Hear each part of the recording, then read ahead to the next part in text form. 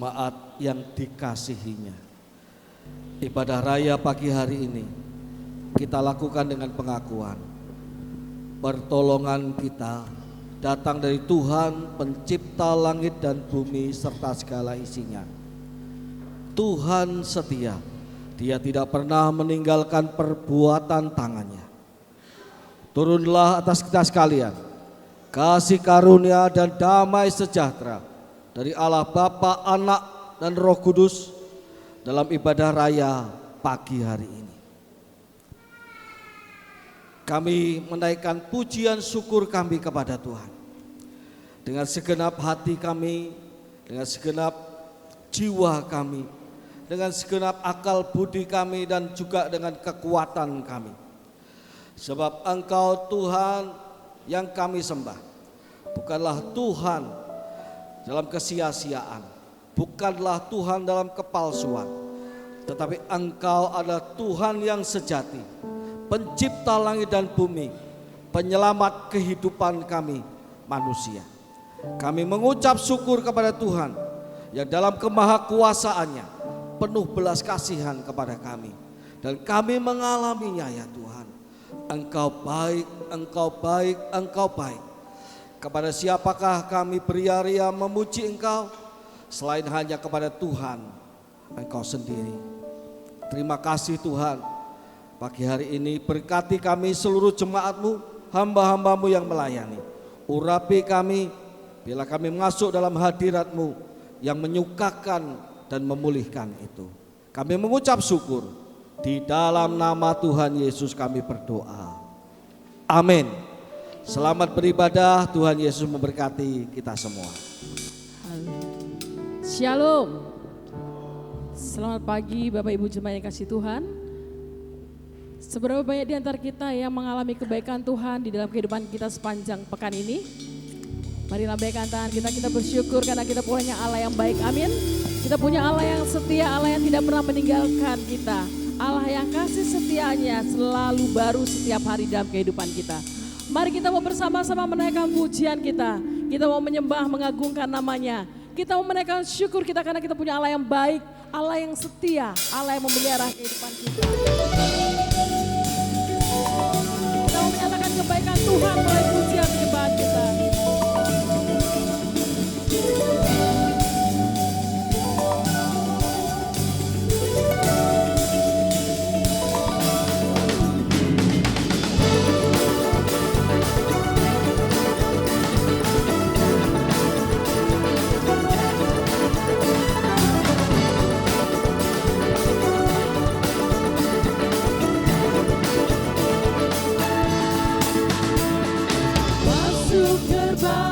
Bersyukur dengan penuh pujian, bersuka di hadiratnya, nyanyi besarkan agung namanya, puja jumlah sangkakala, musik dan tarian,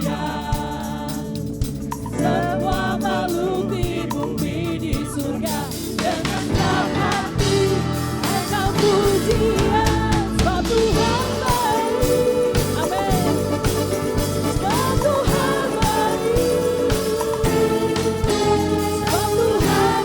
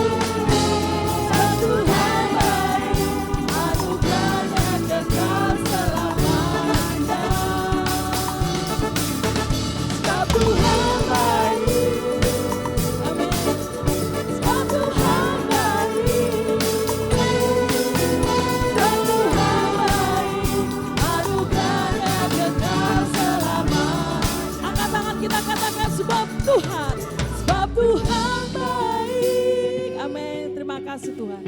Sebab Tuhan baik, sebab Tuhan baik, anugerahnya kekal selamanya. Sebab Tuhan baik, sebab Tuhan baik, sebab Tuhan baik, anugerahnya kekal selamanya. Tuhan Engkau kekuatan dalam kehidupan kami. Aku ragu akan kesetiaanku. Nyanyikan dengan iman. Hanya Tuhan yang memegang hidup kita.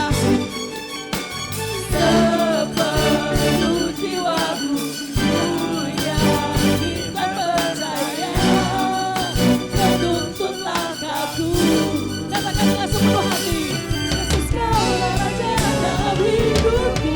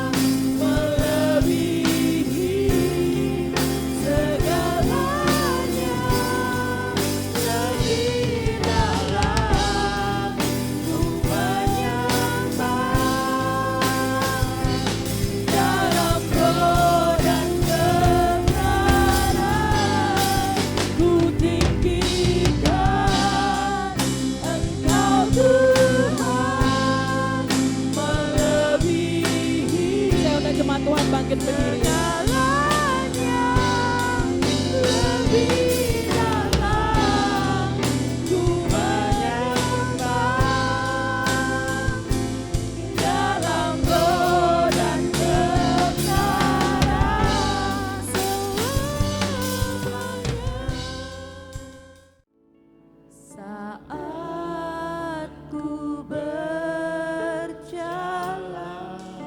Terima kasih Yesus. kasih-Mu menerangi langkahku. Takut, takut, takut bimbang, karena ku tahu Kau bersama. Naikkan pujian sekali lagi, karena saat ku berjalan. Saat ku berjalan, kasih-Mu menerangi langkahku. Takut, takut, takut bimbang, karena ku tahu Kau bersamaku. Kau lebih tahu yang terbaik bagiku. Kau lebih sanggup pulihkan hidupku. Ku berserah, ku percaya, hanya Yesus penolong yang setia.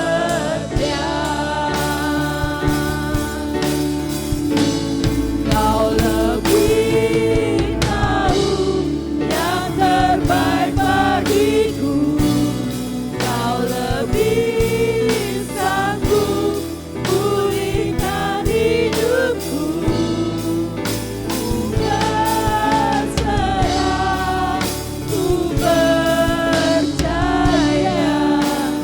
hanya Yesus penolong yang setia.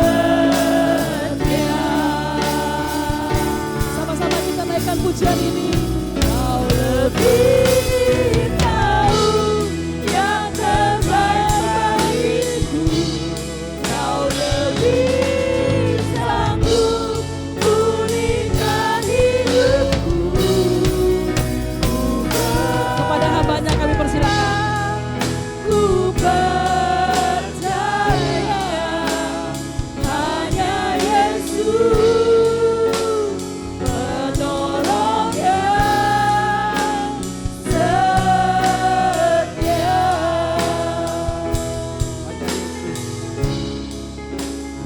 Hanya Yesus penolong yang setia.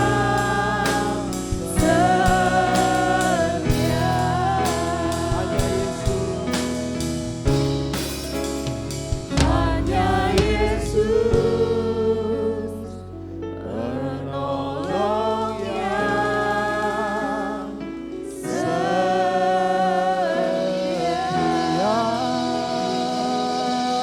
Haleluya. Terima kasih.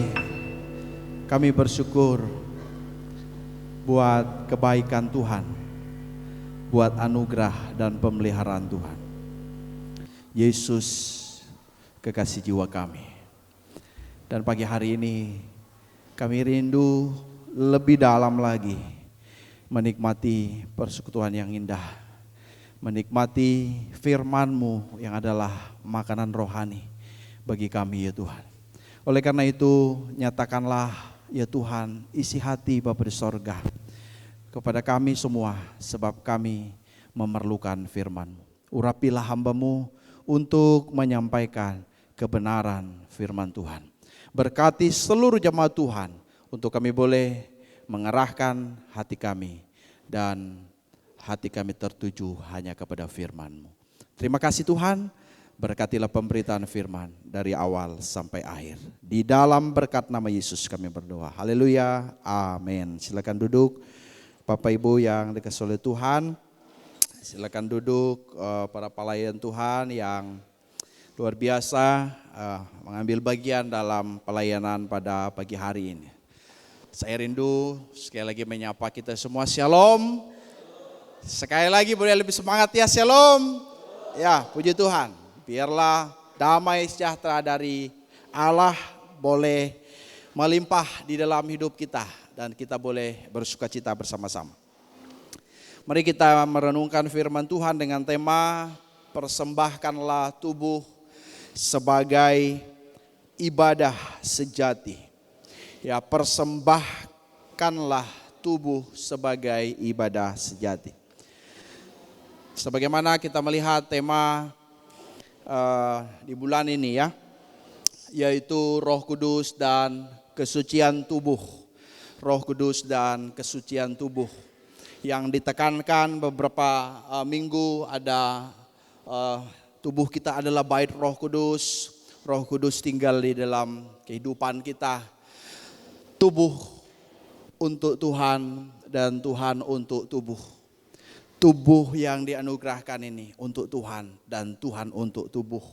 Lalu juga ada tema minggu lalu yang seharusnya disampaikan yaitu muliakanlah Allah dengan tubuh. Muliakanlah Allah dengan tubuh. Dan tubuh itu bukan milik kita sendiri tetapi milik Allah. Dan biarlah setiap orang memuliakan Allah dengan tubuh. Dan hari ini ya, yaitu persembahkanlah tubuh sebagai ibadah sejati. Persembahkanlah tubuh sebagai ibadah sejati. Kalau kita melihat di dalam Roma pasal 12 ya, maka kalau kita bisa melihat ada satu penekanan ya, maka saya cantumkan di sini ada petunjuk Rasul Paulus bagaimana hidup sebagai umat yang ditebus dalam sebuah dunia yang sudah jatuh ya, jatuh di dalam dosa. Bagaimana nasihat ya yang praktis saja ya supaya umat Tuhan itu mengaplikasikan kebenaran-kebenaran yang sudah disampaikan. Kalau kita lihat dari pasal awal itu ya sampai pasal 11 bahkan ada nilai-nilai teologis yang dimunculkan dan ada petunjuk, ada tanggung jawab pribadi ya ditekankan dalam nas ini. Mari kita baca di dalam Roma pasal 12 ayat 1 sampai 2, saya baca dalam terjemahan baru jilid yang kedua. Bapak Ibu boleh memperhatikan.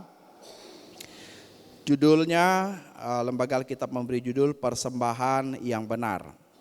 Ayat 1 dan ayat 2, karena itu saudara-saudara oleh kemurahan Allah, aku menasihatkan kamu supaya kamu mempersembahkan tubuhmu sebagai persembahan yang hidup, yang kudus dan yang berkenan kepada Allah.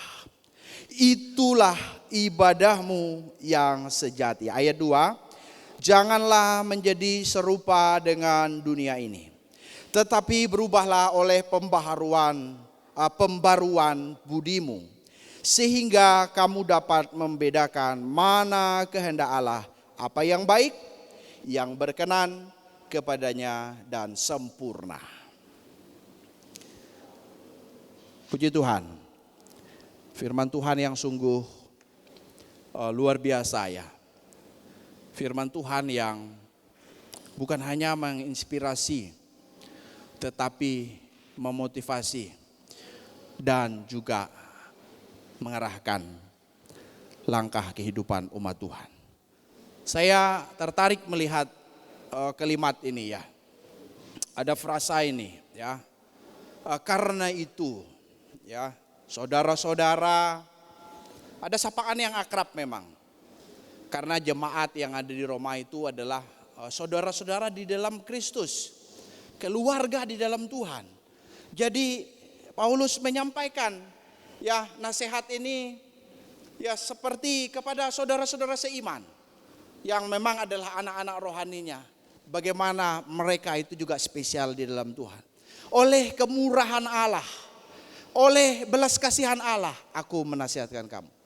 Berarti kan karena itu, berarti ada ayat-ayat sebelumnya. Tidak mungkin kan orang ngomong karena itu langsung ketemu karena itu karena apa gitu ya. Jadi kita bisa lihat di sana pasti ada penekanan sebelumnya, baik kalau kita baca itu pasal-pasal sebelumnya mulai pasal 1 sampai pasal 11, ataupun kalau kita mau ambil di dalam ayat-ayat terakhir itu ya, ayat-ayat terakhir di pasal yang ke-11, Tetapi misalnya kalau kita melihat ya, mulai dari pasal 1 sampai pasal 11 itu menekankan tentang apa yang harus dipercayai, bahwa manusia berdosa. Setiap orang itu bersalah di hadapan Allah, itu ditekankan. Lalu bagaimana Allah membenarkan manusia, ditekankan juga. Jadi ada pengampunan dosa melalui Kristus, ditekankan. Lalu ada kemerdekaan dari cengkeraman dosa. Ada kemerdekaan dari cengkeraman dosa itu. Termasuk juga masa lalu, masa sekarang dan masa depan Israel dan termasuk umat Tuhan. Ada paparan tersebut, ini merupakan dasar-dasar iman yang disampaikan oleh Paulus. Maka ada ayat karena itu ya. Tetapi kalau kita baca juga pasal 11 ayat 36, saya tertarik ayat yang 36. Ayat terakhir itu dikatakan ya, tentunya itu satu perikop ya, tetapi saya baca ayat terakhir saja. Sebab segala sesuatu adalah dari Dia, oleh Dia, dan kepada Dia. Bagi Dialah kemuliaan sampai selama-lamanya. Amin. Karena itu ya, jadi luar biasa. Maka kita bisa melihat dalamnya kekayaan hikmat Allah itu ditekankan dalam perikop sebelumnya. Pengetahuan Allah itu luar biasa dalamnya. Sungguh tak terselidiki keputusan-keputusannya. Dan sungguh tak terselami jalan-jalannya. Dialah sumber segala sesuatu. Termasuk setiap diri kita. Dialah sumbernya. Tidak ada orang yang bisa memegahkan dirinya. Sebab sesungguhnya kita ada pun karena Allah. Allah adalah sumbernya. Segala sesuatu adalah dari Dia. Jadi segala sesuatu Allah menghasilkannya untuk mendatangkan kemuliaan. Bagi siapa? Bagi dirinya dan untuk selama-lamanya. Karena itu, jadi sangat dalam sekali. Karena memang ada pengajaran-pengajaran, ada kebenaran-kebenaran, ada kasih anugerah, ada pembenaran oleh iman, ada karya Kristus, ada kedaulatan dan kebesaran Allah, ya, ada kemahakuasaan Allah dan segala sesuatu berfokus kepada Dia. Itulah sebabnya ini menjadi dasar, menjadi pijakan untuk memberikan nasihat. Belum lagi kalau kita melihat ditambah dengan ayat ini tadi. Oleh kemurahan Allah. Oleh kemurahan Allah. Lebih lengkap lagi lah Dia. Oleh belas kasihannya. Orang percaya telah mengalami kemurahan Allah. Ayat 5 pasal 10 itu diperdamaikan dengan Allah melalui kematian Kristus. Kita diperdamaikan dengan Allah. Dulu kita itu berseteru karena dosa. Tetapi oleh karena Kristus melalui kematiannya kita diperdamaikan dengan Allah. Ini kemurahan Allah. Lalu kemurahan Allah itu orang percaya dibenarkan oleh darah Kristus dan pasti akan diselamatkan dari murka Allah. Pasal 5 ayat 9. Lalu kebebasan dari dosa pasal 6 ayat 16 sampai 18. Pasal 6 ayat 23. Kemurahan Allah juga berbicara hidup kekal di dalam Kristus. Luar biasa. Jadi penegasan Paulus itu oleh kemurahan Allah. Dia menasihati jemaat Kristen yang ada di Roma. Ini menjadi motivasi bagi orang percaya untuk apa? Mengejawantahkan ya nasihat itu, mewujudkannya di dalam kehidupan mereka. Bukankah kita juga sudah mengalami kemurahan Allah? Amin. Kita pun sudah mengalami kemurahan Allah. Hal-hal yang ada, yang dinyatakan dalam pasal-pasal sebelumnya itu, yang menunjukkan betapa luar biasanya kemurahan Allah, belas kasihan Allah, kita menjadi umat tebusannya. Oleh karena itulah, Paulus berkata, saudara-saudaraku, jemaat Tuhan yang ada di Roma pada waktu itu.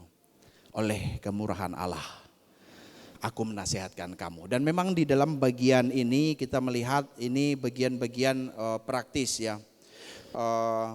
Tindakan nyata yang diwujudkan oleh umat Tuhan. Sebagaimana mereka sudah menerima kemurahan Allah. Sebagaimana ya mereka sudah mendengarkan pesan-pesan Tuhan.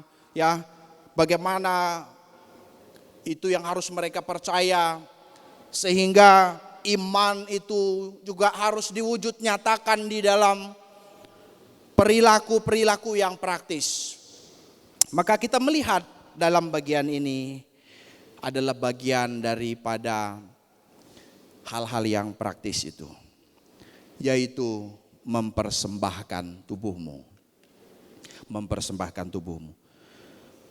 Dikatakan supaya kamu mempersembahkan tubuhmu sebagai persembahan yang hidup, yang kudus, dan yang berkenan kepada Allah. Titik 2 ya. Ini penegasannya yaitu itulah ibadahmu yang sejati. Sebagaimana tema yang diberikan oleh Pak Gembala. Ya, mempersembahkan tubuhmu. Itulah ibadah yang sejati.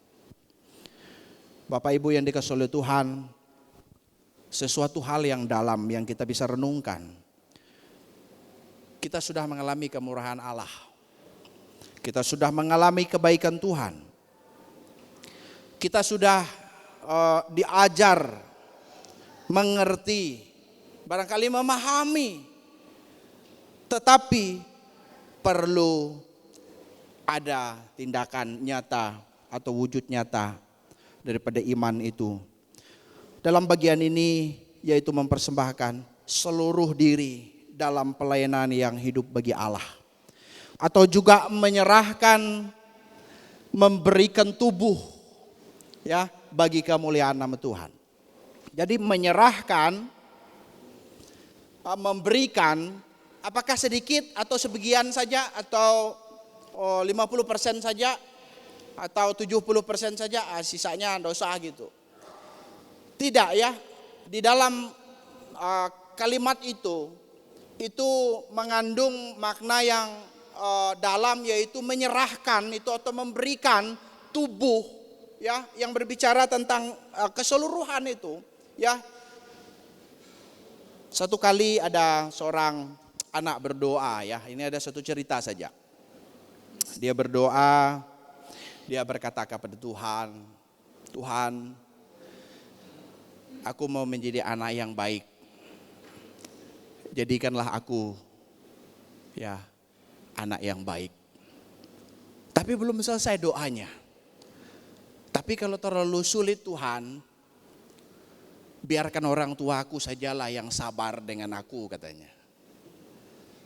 Ya. Jadi dia mau menjadi anak yang baik. Tetapi kalau terlalu sulit, biarkanlah orang tua saja yang sabar, karena aku belum menjadi anak yang baik. Seharusnya ketika dia mau menjadi anak yang baik, dia menyerahkan supaya ya keseluruhan hidupnya, termasuk juga dia dan orang tuanya, supaya diberikan kepada Allah sehingga Allah yang mengerjakannya. Dan anak ini semakin hari semakin bertumbuh di dalam Tuhan. Ketika kita kaitkan dengan teks kita, dalam konteks kita mempersembahkan tubuh, memberikan tubuh dengan totalitas, bukan asal-asalan, sudah pastilah ya. Memberikan tubuh itu bukan juga separuhnya, tetapi ya semuanya, bukan sambil lalu saja, tetapi memberikan dengan totalitas. Jadi setiap orang mewakili dirinya sendiri, bukan mewakili orang lain. Lalu kita berkata, Tuhan, aku memberikan hidup istriku, tetapi bukan diriku. Akan bukan begitu ya. Aku memberikan ya tubuh ya si A, tetapi bukan aku. Tentunya setiap orang ya mewakili dirinya untuk memberi dirinya dalam penyerahan total kepada Tuhan. Kalau dalam konteks perjanjian lama, pentingnya mempersembahkan korban melalui binatang ya. Dan kita bisa melihat itu di dalam perjanjian lama, ya bagaimana imam akan membunuh binatang itu, memotong-motongnya, ya, lalu menaruhnya di atas mezbah dan seterusnya. Persembahan adalah penting bahkan dalam perjanjian lama. Tetapi dalam perjanjian lama pun kita melihat Allah menghendaki ketaatan dari hati, jauh juga lebih penting. Ketaatan dari hati. Hati yang dipersembahkan itu juga sudah ada makna yang dalam. Demikian juga Paulus yang menegaskan bahwa orang beriman tidak perlu lagi memang mempersembahkan binatang. Orang yang percaya kepada Kristus tidak perlu lagi mempersembahkan binatang, tetapi apa? Mempersembahkan tubuhmu sebagai persembahan yang hidup. Di mana orang percaya memberikan dirinya, yaitu hidup mengikut Tuhan. Tentunya segala aspek ya yang ada dalam dirinya, kehidupannya, masa depannya, segala sesuatu yang dianugerahkan oleh Allah dalam kehidupannya, ya itu dipersembahkan atau diberikan, ya. Demikian juga dikatakan mempersembahkan tubuhmu sebagai persembahan yang kudus. Bukankah di dalam Roma juga ditegaskan bagaimana oleh karya Kristus umat Tuhan itu mengalami pengudusan, dibenarkan. Dan di dalam bagian ini ditegaskan mempersembahkan tubuh sebagai persembahan yang kudus. Artinya apa?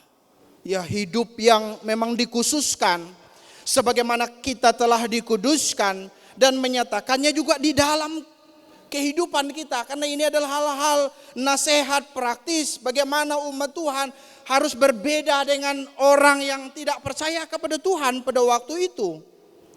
Mempersembahkan tubuhmu ya sebagai persembahan yang berkenan kepada Allah, sesuai dengan kemauan dan sesuai dengan kehendak Allah. Dikatakan di sana, itulah ibadahmu yang sejati. Itulah penyembahan yang sejati, yang rohani itu.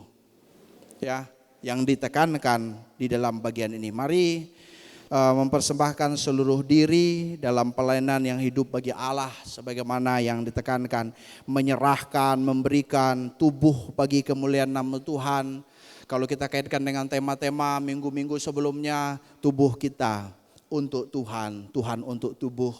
Artinya kita mengizinkan roh Allah memimpin hidup kita, ya sehingga hidup kita ya diarahkan oleh Tuhan dalam seluruh keberadaan hidup yang kita jalan. Dan yang kedua, bagian yang terakhir dalam ayat yang kedua yang sebenarnya berkaitan sangat erat dengan ayat yang ke-1, ya dikatakan janganlah menjadi serupa dengan dunia ini. Janganlah menjadi serupa dengan dunia ini.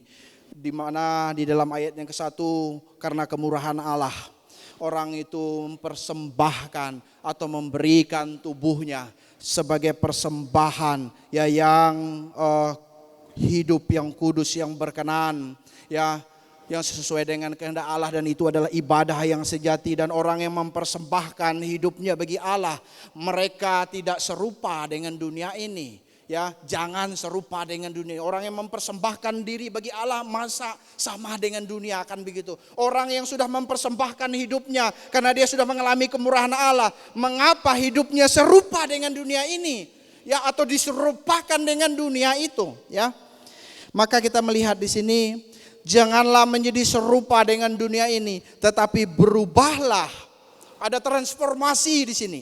Ya, berubahlah oleh pembaharuan budimu, pembaharuan pikiran, ya, pemikiran, pembaharuan budimu sehingga kamu dapat membedakan mana kehendak Allah, apa yang baik, yang berkenan kepadanya, dan yang sempurna. Jadi Bapak Ibu yang dikasihi oleh Tuhan, janganlah menjadi serupa dengan dunia ini. Jangan menuruti dalam tanda kutip dunia ini ya. Jangan lagi kamu terus menerus diserupakan juga dengan dunia. Itu juga muncul dalam maknanya. Jangan lagi, kalau dulu belum mengenal Tuhan barangkali memang serupa dengan dunia, tetapi setelah mereka ya dibenarkan, setelah mereka ada di dalam Kristus, setelah mereka mengalami pembenaran itu, ya setelah mereka mengalami ya kemurahan dan belas kasihan Allah itu, jangan lagi kamu terus menerus diserupakan dengan dunia ini. Konteks dunia juga bisa dalam penekanan terdapat individu atau manusia yang lebih banyak mengandalkan hal-hal yang bertentangan dengan Allah. Mereka mengandalkan hal-hal yang bertentangan dengan Allah. Dan terdapat nasihat dan peringatan Paulus ya. Ada nasihat dan peringatan Paulus. Jangan ya. Jangan hidup mengandalkan hal-hal yang bertentangan dengan Allah. Bapak Ibu yang dikasihi oleh Tuhan, perilaku duniawi itu bertentangan dengan kehidupan rohani. Bertentangan ya. Perilaku duniawi itu bertentangan dengan gaya hidup anak-anak Tuhan yang hidupnya itu diarahkan oleh firman Tuhan. Berbeda. Kalau saya mungkin mengajak Bapak Ibu, mari kita mendata atau menguraikan perilaku duniawi. Mungkin banyak sekali bisa kita uraikan. Tetapi yang pasti adalah perilaku ya duniawi itu bertentangan dengan gaya hidup rohani. Yang biasanya egois. Perilaku duniawi itu menghancurkan, merusak, bukan sesuatu yang baik dan benar. Pasti ya membawa kepada sesuatu yang bersifat egois, individualistik, apalagi lah bisa kita tambahkan ya. Dan merusak dan menghancurkan.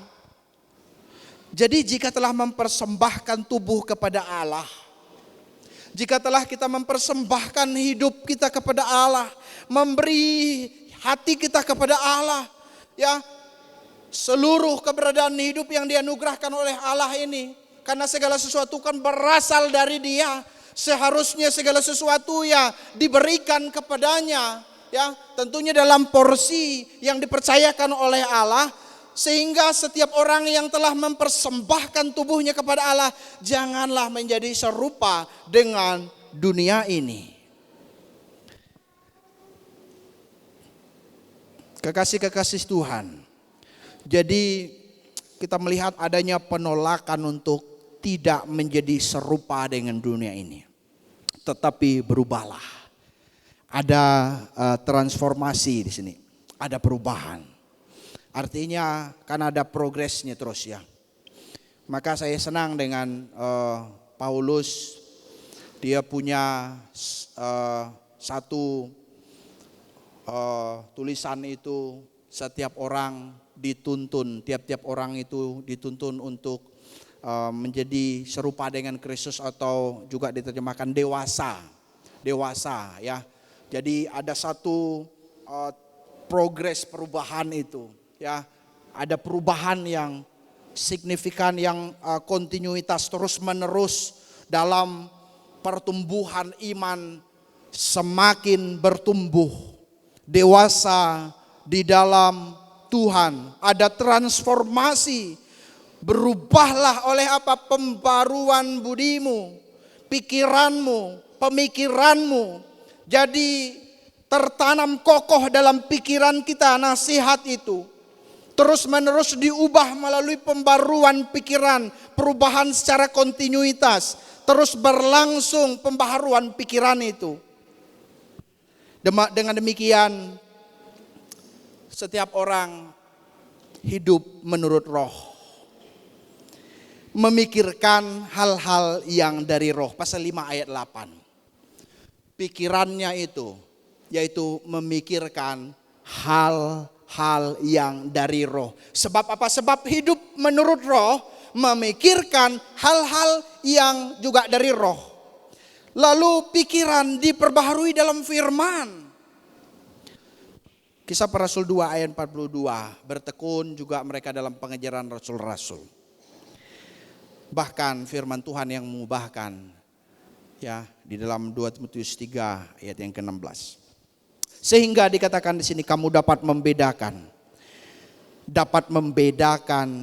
ya, dapat menyelidiki, dapat mengetahui mana kehendak Allah itu, mana keinginan Allah itu. Keinginan Allah berbeda daripada kehidupan keduniawian pada waktu itu tentunya. Apa yang baik, apa yang berkenan kepadanya, apa yang disenanginya dan sempurna. Bapak Ibu yang dikasihi oleh Tuhan, pagi hari ini mari kita merenungkan kebenaran firman Tuhan. Kita bersyukur karena kemurahan Tuhan kita ada sampai hari ini. Ingat lagu salah satu lagu yang bagus ya. Kami pernah beberapa kali bersaksi dengan lagu itu, tetapi juga kita sering nyanyikan. Oleh karena kemurahan Tuhan ku ada sampai hari ini. Paulus berkata, oleh kemurahan Allah, oleh karena belas kasihan Tuhan, maka ada nasihat, ada petunjuk-petunjuk praktis, yaitu persembahkanlah tubuhmu, ya. Dan itu adalah ibadah yang sejati sebagaimana tema kita. Dan biarlah kita boleh mewujud nyatakannya di dalam kehidupan kita. Memberi diri kita untuk kita boleh memuliakan nama Tuhan. Memberi diri kita untuk kita boleh dipakai oleh Tuhan. Menjadi berkat bagi kemuliaan nama Tuhan. Kita berbeda dari orang-orang yang memiliki nilai keduniawian. Karena kita adalah orang-orang yang memiliki nilai kebenaran sesuai dengan kebenaran firman Tuhan. Sesuai dengan kebenaran Kristus. Biarlah kita boleh mewujud nyatakannya di dalam seluruh keberadaan hidup kita. Sehingga nama Tuhan dipermuliakan, nama Tuhan diagungkan dalam kehidupan kita. Biarlah firman Tuhan pada pagi hari ini boleh meneguhkan kita. Persembahkanlah tubuh sebagai ibadah sejati. Tuhan memberkati.